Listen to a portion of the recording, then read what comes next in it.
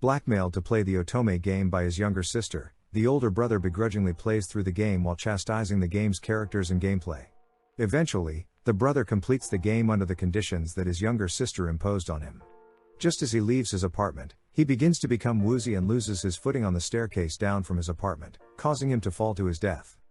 Awakening in a younger body, he returns to his home where he's punished by his father in front of his mother and their guests, Zola and her children Rutart and Merce.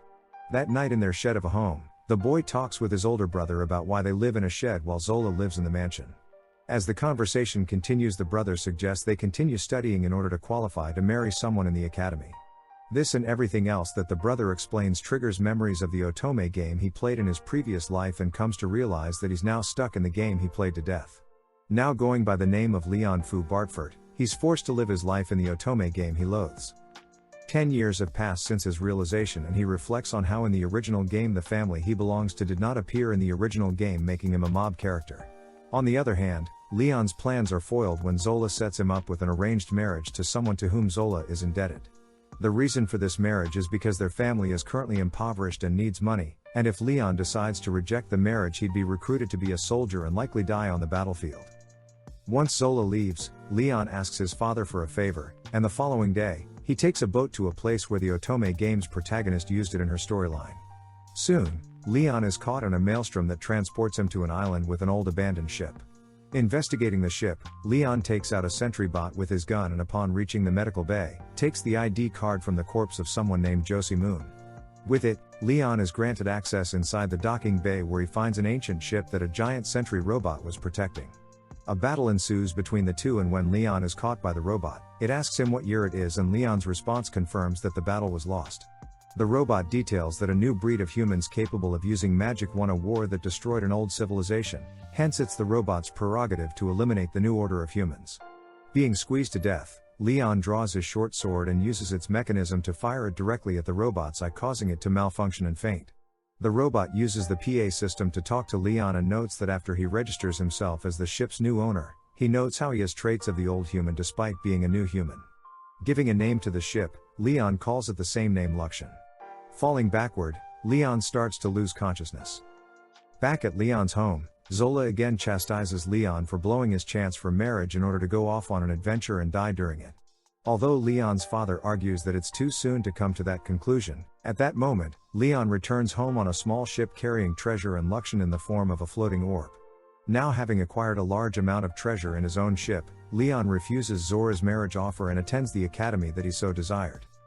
Leon gleefully waters some flowers as Luxian comments on his chipper mood, all because of the expression on his stepmother Zola's face. He's also an independent knight and he found an uninhabited island suitable for a baronet. Luxian suggests that he convert the island into a tourist destination that has a hot spring. Looking forward to an easy life as a baronet, Leon learns back at home that he's been granted the title of baron by his father Balkis. With the island only fit for a baronet, Leon also comes to the conclusion that he'll have to find a wife that's the same rank as Zola. The news disconcerts Leon, who cries in discontent. A brief explanation of the Holford Kingdom is given as Leon stands before the Holford Academy in amazement. Considering what he'll have to do at the academy and that the game has officially started, Leon watches as a lady orders her servant to carry her luggage. At that moment, the prince's entourage arrives and is followed by Angelica and her servants. After spotting these two groups of people, Leon hopes to continue as a simple mob character and eventually spots Julius being slapped by an unknown young lady. The dialogue between them sounds familiar to Leon, but notes that the spoken lines by the female were supposed to be by the game's protagonist, Olivia. Inside his room, Leon reflects on his suspicions of seeing that girl before, while Luxian arrives after scouring the city. Afterward, Leon talks with a couple of boys named Daniel and Raymond about any leads about available girls from wealthy families in the academy. They, however, do not, and the aforementioned tea party was a plan by Daniel to attract girls.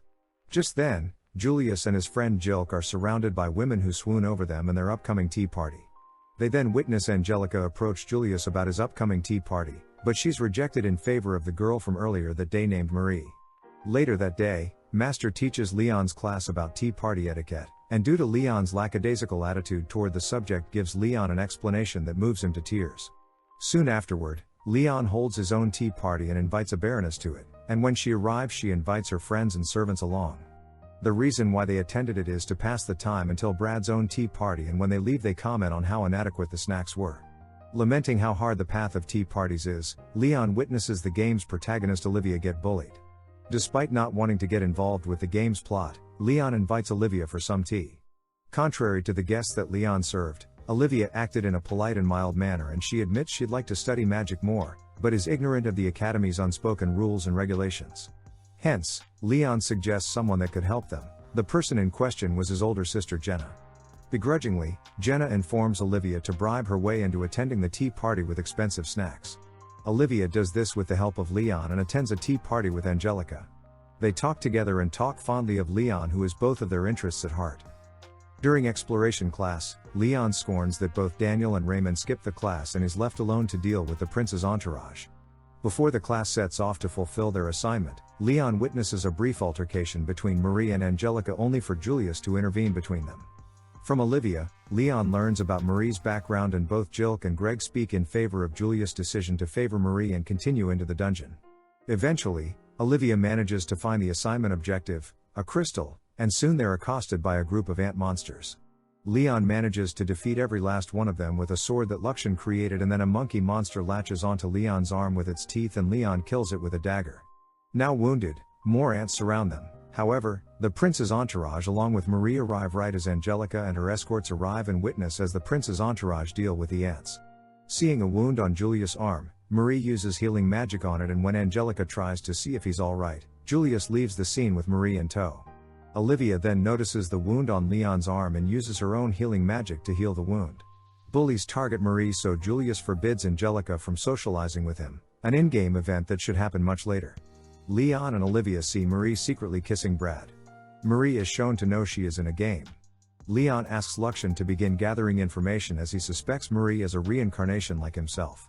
Angelica attempts to reveal Marie's infidelity to Julius, but he already knows as Marie has successfully made all 5 love interests fall in love with her. Angelica challenges Marie to a duel, but all 5 love interests volunteer as Marie's champions. Leon already knows whether Angelica wins or loses the duel event. It ends with her disgraced and forced to marry an abusive husband, so he volunteers as Angelica's champion, and it is agreed they will fight using large robotic suits called armors. Marie's use of game dialogue confirms she is aware of the storyline. Leon learns students are betting on the duel and bets a small fortune on himself to win. Angelica believes Leon is insane. On the day of the duel, Luxian delivers Leon the armor Arrogance, though this is met with mockery from the audience as Arrogance is very different from the love interest's modern armors, though Leon is still confident he will beat all 5 of them. Thanks for watching. If you enjoyed, please subscribe.